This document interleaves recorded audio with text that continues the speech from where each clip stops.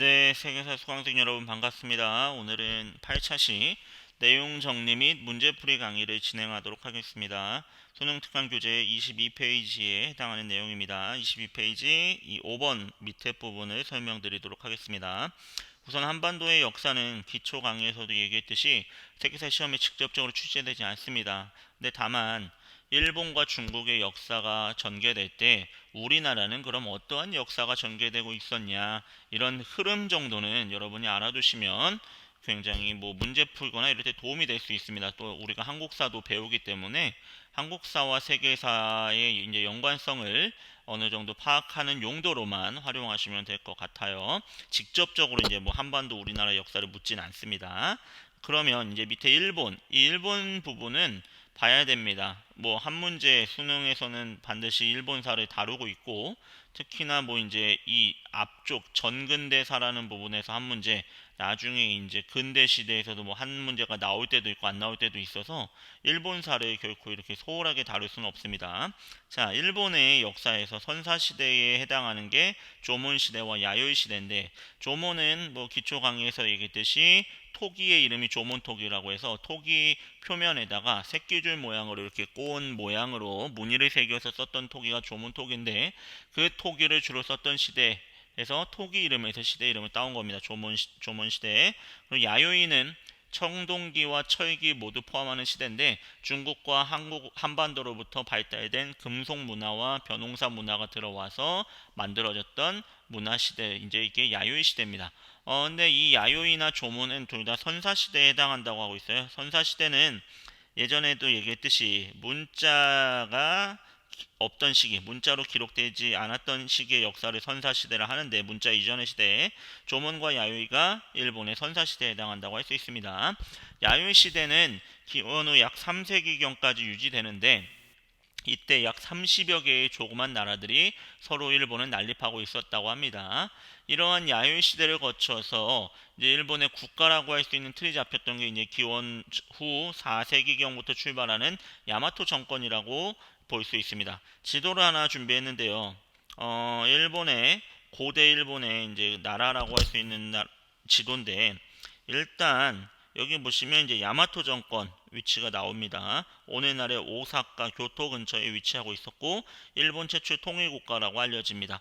근데 왜 정권이란 말을 쓰냐? 그러니까 이걸 국가로 봐야 되느냐, 이거는 하나의 정부라고 봐야 되느냐에 대한 논란이 좀 있기 때문에 그냥 야마토 정권이라고 합니다. 야마토 지역에서 야마토국을 중심으로 해서 만들어졌던, 오늘날로 치면 통일 국가 세력, 요 정도로 그냥 이해하시면 될 것 같습니다.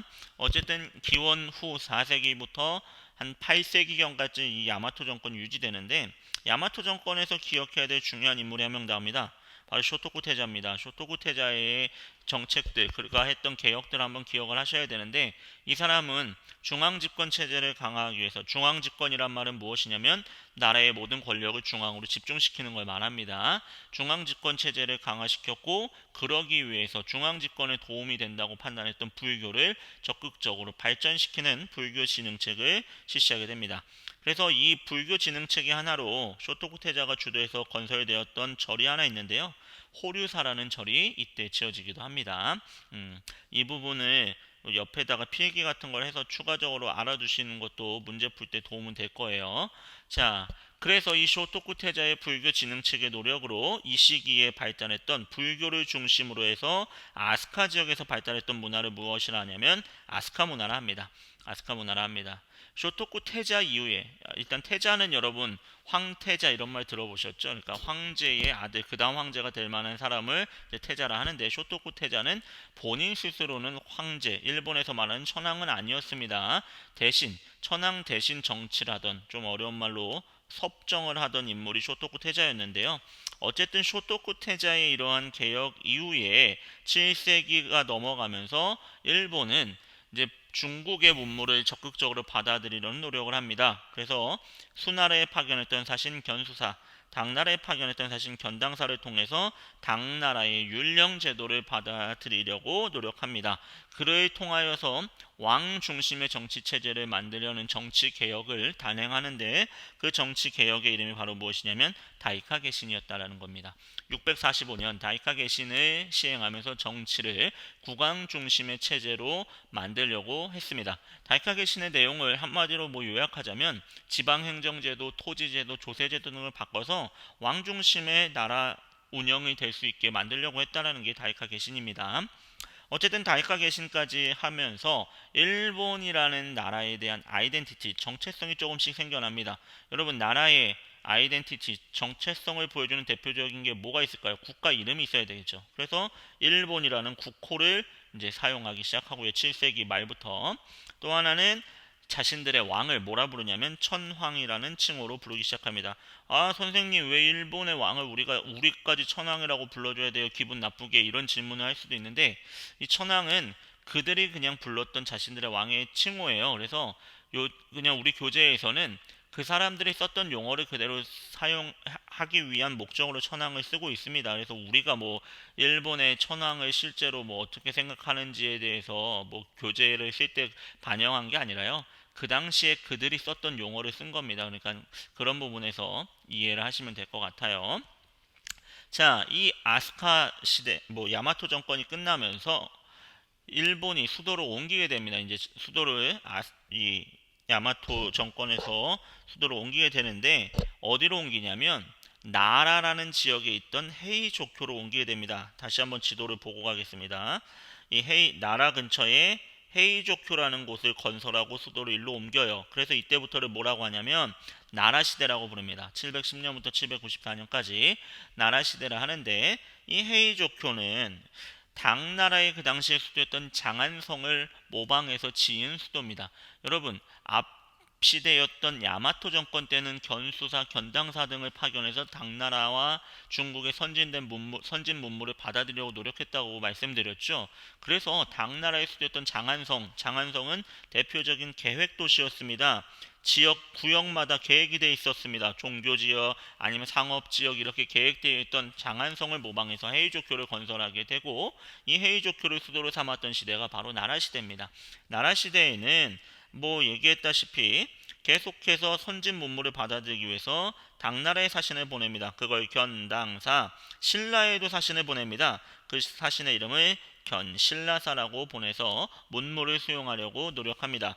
그리고 율령체제가 확립되고 불교는 계속해서 융성되는데 이 나라 시대에 지어졌던 대표적인 절이 하나 있습니다.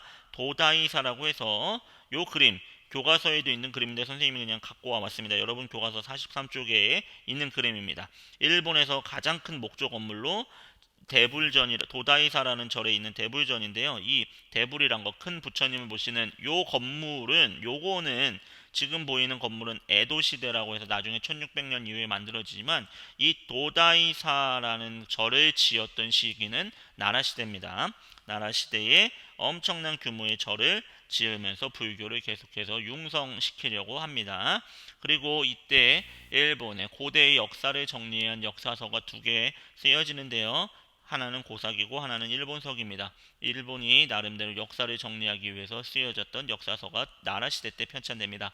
또 하나 추가적으로 알아두자면 만엽집이라고 해서 노래, 당시 가사라든지 노래 같은 것을 이렇게 모아서 모음집으로 편찬한 게 만엽집입니다. 그래서 나라시대에 기억해야 될 거 일단 첫 번째 수도 헤이조쿄였구나. 장안성을 모방한 계획도시였다. 그리고 외국의 문물을 받아들이기 위해서 신라와 당나라에 사신 보냈구나 라는 것까지 알아두시면 좋을 것 같고, 마지막으로 도다이사라는 절도 있었고 고사기, 일본서기 같은 역사서도 편찬했고, 하나 더 정말로 추가하자면 만엽지까지도 알아두시면 참 좋을 것 같습니다. 여러분, 이 나라 시대와 그 다음 시대인 헤이안 시대는 서로의 특징, 시대상을 물어보는 문제가 주로 나옵니다. 그래서 예를 들면 문제에서는 나라 시대의 특징을 물어보고 보기에서는 헤이안 시대에 대한 설명을 오답 보기로 이렇게 논다든지, 아니면 또 반대의 문제들을 출제해서 여러분이 나라 시대와 헤이안 시대의 특징을 각각 정확히 알고 있는지를 물어보는 문제들이 수능에서 많이 나옵니다. 그러니까 나라 시대, 헤이안 시대는 여러분이 각각 특징 정리를 해두시기 바랍니다. 자, 그러다가 이제 수도를 옮깁니다. 어디로 옮기냐면 뭐 나라 근처에 있던 여기 이제 교토 나라 위에 이제 교토로 옮기게 되는데 이 교토 안에 헤이안쿄라는 도시로 수도로 옮기게 됩니다. 우리는 그 시대를 뭐라고 하냐면 헤이안 시대라 합니다. 헤이안쿄를 수도로 삼았던 시기를 헤이안 시대를 하는데 시기적으로 보면 794년부터 1185년까지 약 400년 가까운 시기를 헤이안 시대로 보내게 됩니다. 헤이안 시대의 특징하면 아까 말했던 일본의 왕, 자신들이 천왕이라고 불렸던 이 왕의 권한이 굉장히 약화되고 상대적으로 중앙의 귀족과 또 지방에서 성장했던 호족들, 지방의 땅을 가지고 재력을 바탕으로 권력을 이렇게 차츰차츰 가져가고 있던 호족 세력이 성장하게 됩니다. 그리고 귀족과 호족들은 자신들을 보호해줄 만한 무사들을 이렇게 고용하게 됩니다. 그러면서 무사 계층도 성장하게 됐던 시기가 헤이안 시대입니다. 나중에는 이 무사들이 결국에 정치 권력을 장악하게 되는 이른바 무사 정권들이 일본에서 세워지게 되는데요. 그걸 우리는 이제 막부라고 부릅니다.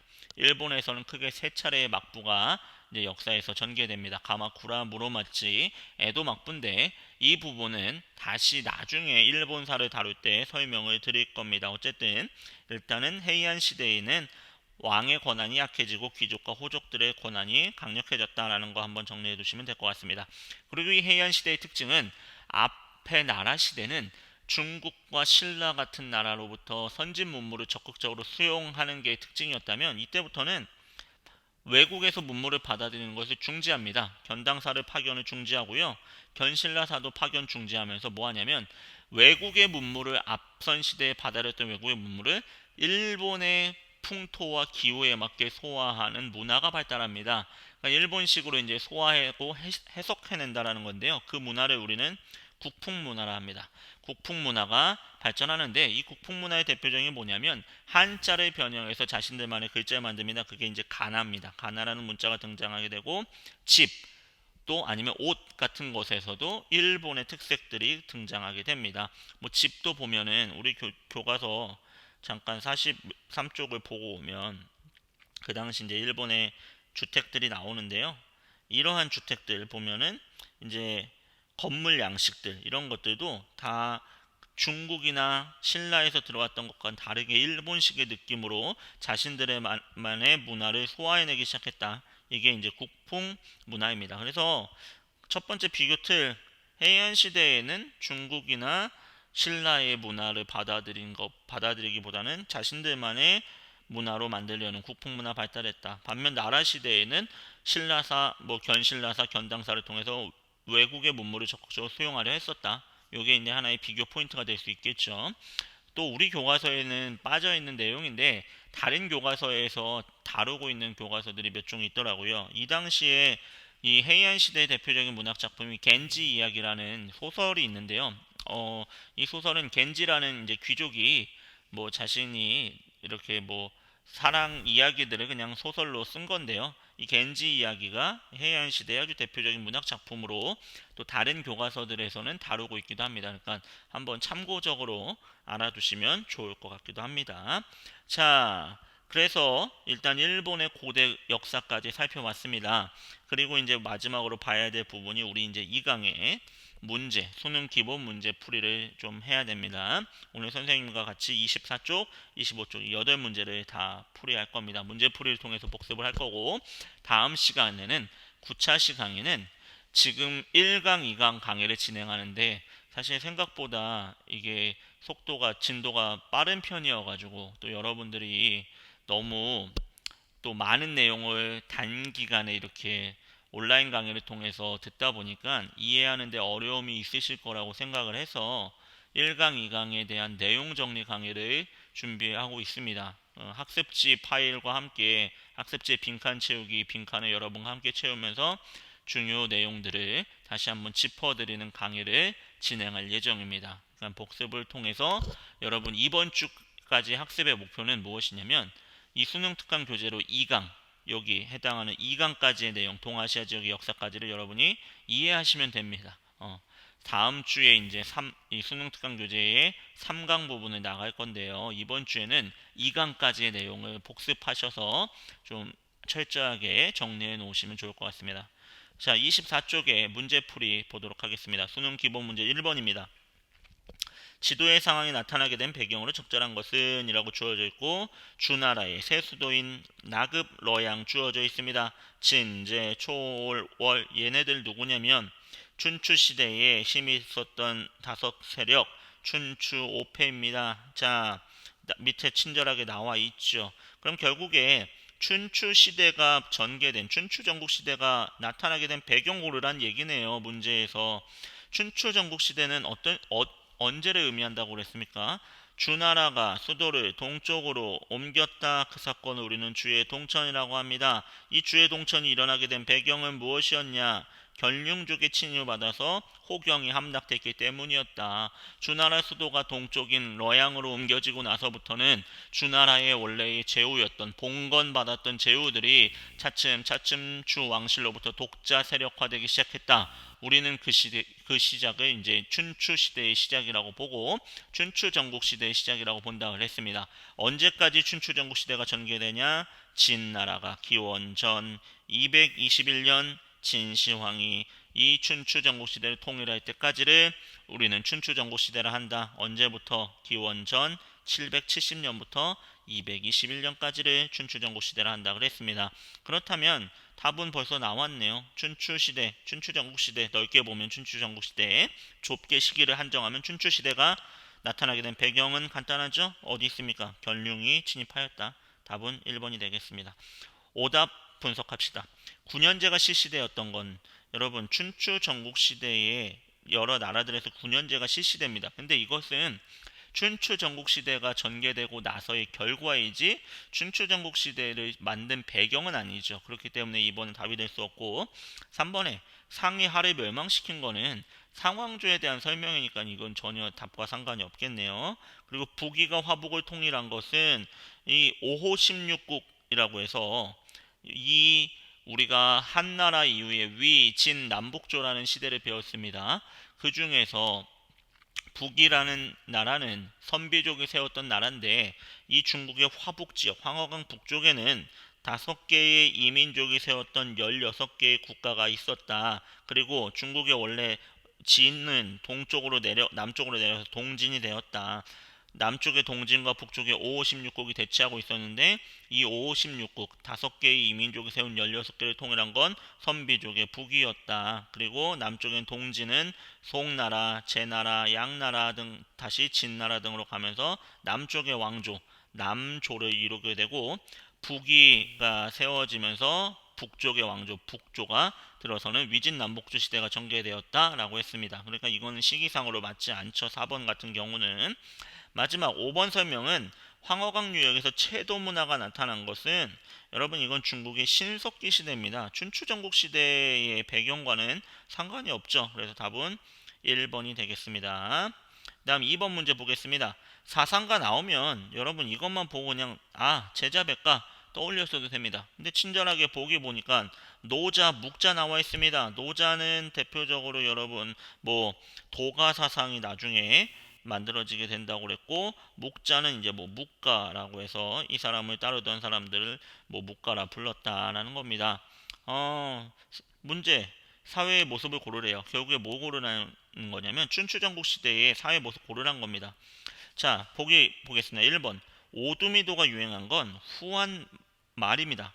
후한 말, 오두미도라는 건 결국에 이 도교가 이제 하나의 이제 종교 집단으로 발전해가는 과정 중에 나타나는데 쌀 5두를 가입할 때 4개 했다고 그래서 오두미도라고 그랬죠. 그래서 이거는 후한 말의 상황에 해당하니까 답이 될 수 없고요.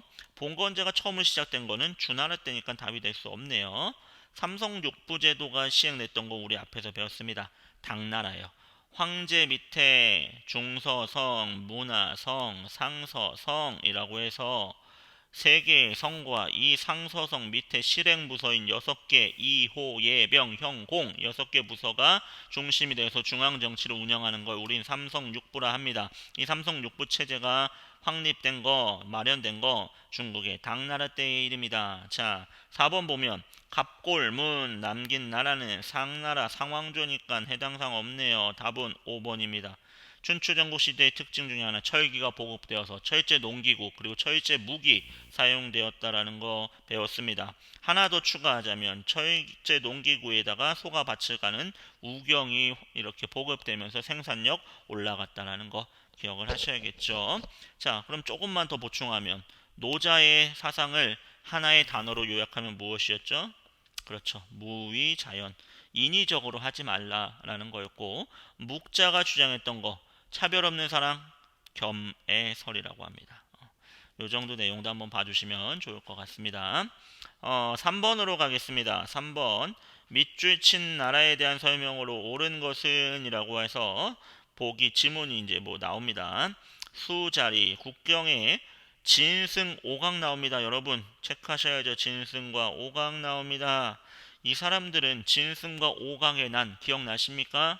그렇죠. 진나라 때 일으켰던 농민 반란을 주도했던 사람이 진승과 오강입니다. 결국에 밑줄 친 나라는 진승과 오강이 토벌하고자 했던 나라는 어떤 나라예요? 진나라였죠. 여기서 진나라는 진시황이 세웠던 나라, 기원전 221년에 춘추전국 시대를 통일했던 그 진나라를 의미합니다. 자, 진나라에 대한 설명 고르라고 합니다. 재정일체 신권국가였던 거는 이제 중국에서는 상왕조를 의미하겠죠. 진나라와는 관련이 없습니다. 두 번째, 황건적의 난으로 멸망한 건 한나라죠. 한나라가 멸망했으니까 이것도 설명이 잘못된 거고요. 진과는 상관없고요. 유가 사상을 통치념으로 받아들인 거 한나라입니다. 특히나 이거 누굽니까? 한나라의 무제라는 황제 때 어떤 사람의 건의로? 동중서라는 사람의 건의로. 여러분 바로 밑에 4번에 이 건의하는 사람이 동중서 여기 나옵니다. 한나라 때 무제가 동중서의 건의로 이 유학을 나라의 통치 이념으로 삼게 된다 했습니다. 자, 4번 다 보이죠? 분서갱유 무슨 뜻이죠? 책을 불태웠습니다. 법과 사상 유의 사상을 담은 책들을 불태우고 갱유 유학자들을 파묻어서 탄압했던 거, 이 분서갱유를 통해서 법과 사상 외의 나머지 사상을 통제했던 거 바로 진나라에 해당하는 내용입니다. 5번 무제는 이미 한나라 황제잖아요. 여러분 무제라는 황제가 한나라 말고도 중국의 다른 다양한 나라들의 무제가 있을 수 있어요. 근데 우리 교재에서 주로 무제하면 그냥 우리는 한무제를 떠올리시면 될 것 같습니다. 소금과 철을 전매제했던 거 한나라 때 일이니까 답은 4번입니다. 진나라 진시황의 정책과 한나라 한무제는 좀 여러분 내용 정리를 해두자 말씀드렸습니다. 수업 때 정리를 잘 해주시기 바랍니다. 4번 가겠습니다. 앞에서 설명드렸습니다. 이거 결국에 누구냐? 동중서의 건의로 유학을 통치 이념으로 삼았던 사람 한나라의 황제 한나라의 무제입니다. 한무제 하니까 또 황제 이름이 한무제로 아시는 학생들이 있을 것 같지만 한나라의 무제라는 뜻입니다. 자, 한무제에 대한 설명 옳은 거 고르라고 합니다. 1번부터 보죠. 1번 구품중정제를 폐지하였다. 구품중정제를 폐지한 황제는 중국의 위진남북조를 통일하고 과거제를 도입했던 사람 바로 수문제입니다. 수문제에 대한 설명이니까 해당이 없고요. 9년을 전국으로 확대한 것. 9년제의 전국적 실시는 이 사람 뭐 전에 나왔던 진시황에 대한 설명이기도 하고 더 나아가서 한무제에 대한 설명도 맞습니다. 왜? 한나라를 세웠던 한고조 유방은 군현제와 봉건제를 절충했던 군국제라는 제도를 실시한다고 했습니다. 이게 군현제 지역과 봉건제를 합친다 했습니다. 뭔 얘기냐면 일부 지역은 군현제를 통해서 군과 현으로 나눈 다음에 관리를 보내서 통치하고 먼 지역은 제후를 임명해서 봉건제로 다스린다고 그랬어요. 근데 한무제 때는 모든 권력을 중앙으로 집중시키는 중앙집권화가 이루어지게 되는데 무제는 이 군국제에서 봉건제로 운영되고 있던 지역들을 차츰차츰 하나둘씩 폐지하고 군현을 전국적으로 확대하면서 군현제를 확대 실시했다라는 내용을 우리가 수업 시간에 다뤘습니다. 그래서 답은 2번이 됩니다. 그래서 여러분이 혹시 군현제 전국으로 확대, 군현제 실시 진시황 이렇게 헷갈리실 수 있는데 여기서 이걸 보셔야 됩니다. 군현제 확대라는 말입니다. 확대. 자, 진시황은 이런 보기가 아마 나올 거예요. 나온다면 전국을 36개의 군현으로 나누고 관리를 파견했다라고 하면 진시황을 떠올리시면 될 것 같고, 한무제하면 군현을 확대했다. 그냥 간단하게 도식화하면 그냥 이렇게 외우시면 될 것 같긴 합니다. 3번 제위란 건 황제의 자리란 뜻이에요. 찬탈 뺏었습니다. 신이라는 나라를 건국했던 건 여러분 우리 배웠습니다. 왕망이라는 외척이 있었다고 했습니다. 그래서 왕망한테 나라를 뺏기기 전에 한을 전한, 그리고 이 왕망이 뺏었던 나라 신나라가 중간에 있고 다시 나라를 되찾았던 것을 후한이라고 구분하기도 한다고 그랬습니다. 그래서 이 왕망이라는 외척이 나라를 빼앗았던 거는 이제 뭐 한무제 설명과는 관련이 없는 거죠. 그래서 3번은 답이 될 수 없고요. 4번 보면 절도사 파견은 이거 언제냐면, 절도사는 여러분 일단 기본적으로 당나라 때 나옵니다. 당나라가 넓어진 국경을 수비하는데 원래는 기미정책이라고 해서 그 지역에 우두머리를 임명하고 도독부를 설치해서 간접 지배하는 방식으로 초창기에는 지배를 하다가 이게 차츰차츰 효율이 떨어지니까 절도사라는 지방의 군대 장관을 임명하게 됐다라고 설명드렸습니다. 이게 언제냐면 당 현종 때예요. 현종 때 절도사를 처음으로 설치하게 됩니다. 5번 신라와 연합하여 백제를 멸망시킨 사람은 당나라 고종입니다. 고종 때의 일이기 때문에 답은 2번이 됩니다. 자, 그 다음 넘어가겠습니다. 5번 문제 교재 페이지로는 25쪽이 될 겁니다. 25쪽으로 가도록 하겠습니다. 밑줄 친 이 국가에 대한 설명으로 옳은 것은, 이 국가는 삼장제 도입과 균전령. 자, 삼장제라는 말은 여러분 뭐 설명을 안 드렸는데 여기서 알 수 있는 게 하나 있어요. 뭐냐? 균전령이란 거. 남녀에게 토지를 똑같이 줬다. 이거 무슨 제도를 말하는 거냐면 균전제라는 겁니다. 균전제를 최초로 도입했던 나라 어떤 나라였습니까? 북위였습니다. 선비족이 세웠던 북위의 어떤 황제요? 쇼문제요. 그렇죠. 그럼 결국에 나라 찾으라고 했으니까 북위 찾으면 되는 거예요. 보기 보겠습니다. 샹거리 선제를 실시했던 거는 한나라였죠. 관리를 중앙에 이제 지방에 있던 사람을 추천하면 관리가 됐던 제도가 장거리 선제. 대월지를 장건을 대월지에 파견한 것도 한나라 때, 이때 특히 언제냐? 한무제 때입니다. 장건을 보내면서 흉노를 물리치기 위한 동맹을 맺으려고 했었죠. 근데 실패했었죠. 하지만 비단끼리 개척되는 결과를 가져오기도 했다라고 설명드렸습니다. 남월과 고조선을 정복한 사람 누구냐? 한무제입니다. 여기 보기 2번과 3번은 한무제에 대한 설명이에요. 4번 556국 시대를 통일한 거 정답 여기 있습니다. 여러분 앞으로 넘어갈게요. 교재 보시면 자, 후한이 위초고의 3국으로 분열되게 됩니다. 그리고 이걸 통일했던 게 위나라라고 했고, 위나라는 얼마 안 가서 나라를 뺏긴다고 그랬어요. 그래서 나라 이름을 진으로 바꾼다고 그랬어요. 위진 시대가 세워지는데, 진나라도 뭐 8명의 봉건제로 임명했던 왕들이 난을 일으키고 막 혼란한 틈을 타서 중국의 화북 지역에 5개의 이민족들이 들어와서 나라를 세웁니다. 16개. 그래서 화북은 5호 16국이 존재했고, 이 진나라는 남쪽으로 피난 간 거예요. 그래서 우리가 앞에 진과 구분하기 위해서 동쪽으로 내려갔다 해서 동진이라 부릅니다. 이렇게 남쪽에는 동진, 북쪽에는 5호 16국이 있었습니다. 서로 존재했는데 이 5호 16국을 통일했던 게 바로 북이라는 나라예요. 선비족이 세운. 그리고 이 동진은 송이라고 나라가 다시 이제 주인이 바뀌게 됩니다. 그래서 북쪽에 북위를 출발로, 또 남쪽에는 송을 출발로 해서 각각의 나라들을 세워갔던 시대, 북쪽의 왕조 북조, 남쪽의 왕조 남조가 세워졌던 시대에서 남북조라 합니다. 그리고 이 앞의 시대까지를 포함해서 우리는 위진 남북조라고 부르는 거예요. 어쨌든 이 5호 16국을 통일했던 나라, 북쪽에서 통일했던 나라 바로 이 북조입니다. 북이라는 나라인데 북이란 나라가 5호 16국을 통일했고, 그 북위에는 대표적인 황제가 쇼문제고, 쇼문제가 실시했던 제도 중에 유명한 건 균전제가 있다. 그래서 답은 4번입니다. 하나 더 추가하자면 쇼문제 기억하셔야 될 것 중에 뭘 기억해야 되냐? 쇼문제가 기억해야 될 거, 중국인들처럼 되기 위한 정책, 무슨 정책이죠? 그렇죠. 한화 정책 실시했던 거. 옷, 또 이름, 말 이런 것도 다 중국식으로 바꾸려고 했다. 그래서 이민족, 오랑캐와 한족의 융합을 추구했던 호한 융합이 이루어지기도 했던 시기가 이 북위에 의해서였다라는 겁니다. 자, 그 다음 6번 가겠습니다.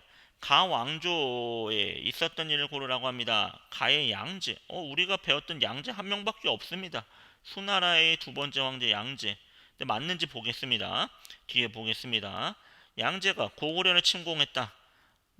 고구려 침공했던 양제는 수양제가 맞는 것 같네요. 자, 그러면 수나라 시기에 있었던 일 고르란 거네요. 결국에 문제에서. 수나라 시기에 있었던 거 봅시다. 1번 군국제가 실시되었던 거. 군국제는 한나라 때 고조 유방이 실시했다. 그래서 답은 1번 아니고 2번 과거제 시행되었다. 답 여기 있네요. 이건 수양제의 아빠였던 수문제가 과거제라는 걸 실시했죠. 관리 선발함에 있어서 시험을 통해서 관리를 뽑는 제도가 중국 역사에서 시행됐던 거 수나라입니다. 그래서 답은 2번이고요. 사마천이 사기를 편찬한 것은 한나라 시기 한무제 때의 일이고요. 상인조합인 행이 출연한 거는 당나라 때의 일이네요. 그리고 쇼문제 이거 북이죠. 북이에 해당하는 일이니까 위진 남북조 시대의 일이니까 답이 될 수 없네요. 답은 2번이 되겠습니다. 2번 과거제가 시행되었다 라는 거 보겠습니다. 두 문제 남았습니다. 7번이요. 밑줄 이왕조에 대한 설명으로 옳은 거. 이왕조는 태종, 우리가 아는 태종도 한 명밖에 없어요. 당태종이에요. 근데 그 뒤에 엄청난 힌트를 줍니다. 정관의 치 기억나십니까? 당태종 시기에 정치를 우리는 정관의 치라 한다고 했습니다. 정관 나왔고요. 당태종 나왔고 고종 나왔고 현종 나왔습니다. 여기 당나라라는 거 다 주고 있네요. 그럼 당나라에 대한 설명 고르라는 겁니다. 옳은 설명 고릅시다. 1번 남북조를 통일한 건 여러분 수나라였습니다. 수 누구? 수문제요. 수문제 어떤 제도? 과거제요. 그렇죠. 안사의 난을 혼란 겪었다. 답 나왔네요. 당나라의 전반기와 후반기를 구분짓는 중요한 사건이 안사의 난이라고 했습니다. 언제 일어났냐? 755년부터 763년까지요. 이 안사의 난 이후에 당나라는 쇠퇴하게 됐다라고 배웠습니다. 안록산과 사사명의 난. 보기 3번. 오수전을 처음으로 주저한 거는 오수전도 한나라의 무제가 했던 겁니다. 여러분, 그래서 무제가 했던 것만 정리해 놓으시면 보기의 선지들은 중요한 내용들이 계속 겹칩니다. 그러니까 여러분 공부하실 때요, 내용 정리 먼저 하시고 이 문제를 통해서 문제 풀고 그냥 정답 맞췄다고 넘어가지 마시고 그 기초 강의에 나와 있는 것처럼 선지 분석만 한번 해보시면 복습에 엄청나게 도움이 될 겁니다. 자, 4번이요. 유수 광무제가 호족의 지지를 얻어 세웠다. 이건 후한의 성립 과정이니까 답이 될 수 없고. 5번이요. 윈강과 롱먼 등의 대규모의 석굴 사원을 조성했던 거. 이거 위진 남북조 시대의 북조에서 있었던 역사적 사실입니다. 그래서 답이 될 수 없습니다. 답은 2번입니다. 드디어 마지막 문제입니다. 8번. 밑줄 친 그에 대한 설명으로 옳은 것을 보라고 합니다. 그는 시텐노지와 이카루카데라를 창건했다. 이 이카루카데라는 호류지의 전신, 아까 하나 얘기했어요. 호류사라는 곳이 지어졌다. 누구에 의해서 지어졌냐? 쇼토쿠 태자에 의해서 지어졌다. 근데 여기 보세요. 불교를 통한 중앙집권 체제 강화인 불교 진흥책을 실시하였다. 7세기 초에. 누구 의미하는 거예요? 일본의 야마토 정권 시기에 쇼토쿠 태자 설명하고 있다는 겁니다. 쇼토쿠 태자에 대한 설명 골라보겠습니다. 1번 아스카 문화를 발전시켰다. 답 나왔네요. 쇼토쿠 태자로 인하여서 불교가 진흥되고 그 불교를 중심으로 아스카 지역에서 발달했던 문화, 그게 바로 아스카 문화였습니다. 답은 1번입니다. 견당사 파견을 중단한 것은 어떤 시대냐면 헤이안 시대에 대한 설명이죠. 균수법과 평준법 실시했던 것은 중국의 한무제입니다. 균수법과 평준법 물가 안정책이라고 그랬죠. 경제 안정책이었어요. 내용 한번 다시 한번 살펴보십시오. 4번 조용조를 양세법으로 바꾼 거는 당나라의 세금 제도입니다. 조용조 토지에 대한 세금 그리고 노동력 특산물을 내던 세금 제도였죠. 조용조라는 거. 이 조용조가 이루어질 수 있었던 것 농민들에게 땅을 나눠줬기 때문이죠. 균전제 하에서 조용조가 세금 제도로 작동했는데 균전제가 붕괴되죠. 어떤 사건으로? 안사의 난 이후로 급격하게 붕괴됩니다. 땅을 못 줍니다. 더 이상 농민들에게 세금을 국가에서 걷어가는데 뭐 강제적으로 할 수가 없는 거예요. 그래서 어떻게 하냐? 여름과 가을의 재산의 정도에 따라서 세금 2번 내라. 그 세금이 바로 무슨 법입니까? 양세법이 시행되는 거죠. 안사에 난 이후에. 자, 마지막 헤이 조교에 건설했던 거 이거 언제예요? 나라 시대인데 나라 시대는 쇼토쿠 태자가 죽고 나서 훨씬 이후의 시대이기 때문에 답이랑 관계가 없습니다. 답은 1번이 되겠습니다. 자, 여기까지 일단 8강 8차시 내용 정리 및 문제풀이 강의를 진행했습니다. 이 수능 실전 문제 4개 여기 8개는 여러분이 한번 풀어보시고 여러분 복습을 한번 정리하시면 좋을 것 같습니다. 다음 시간에는 9차시 강의는 아까 말했듯이 1강부터 2강까지의 내용 정리를 이제 진행할 건데 학습지 파일 올려놓은 게 있을 겁니다. 그 파일을 수업 듣기 전에 뭐 이렇게 화면에 띄워놓는다든지 준비해 주시면 될 것 같습니다. 자, 고생하셨습니다.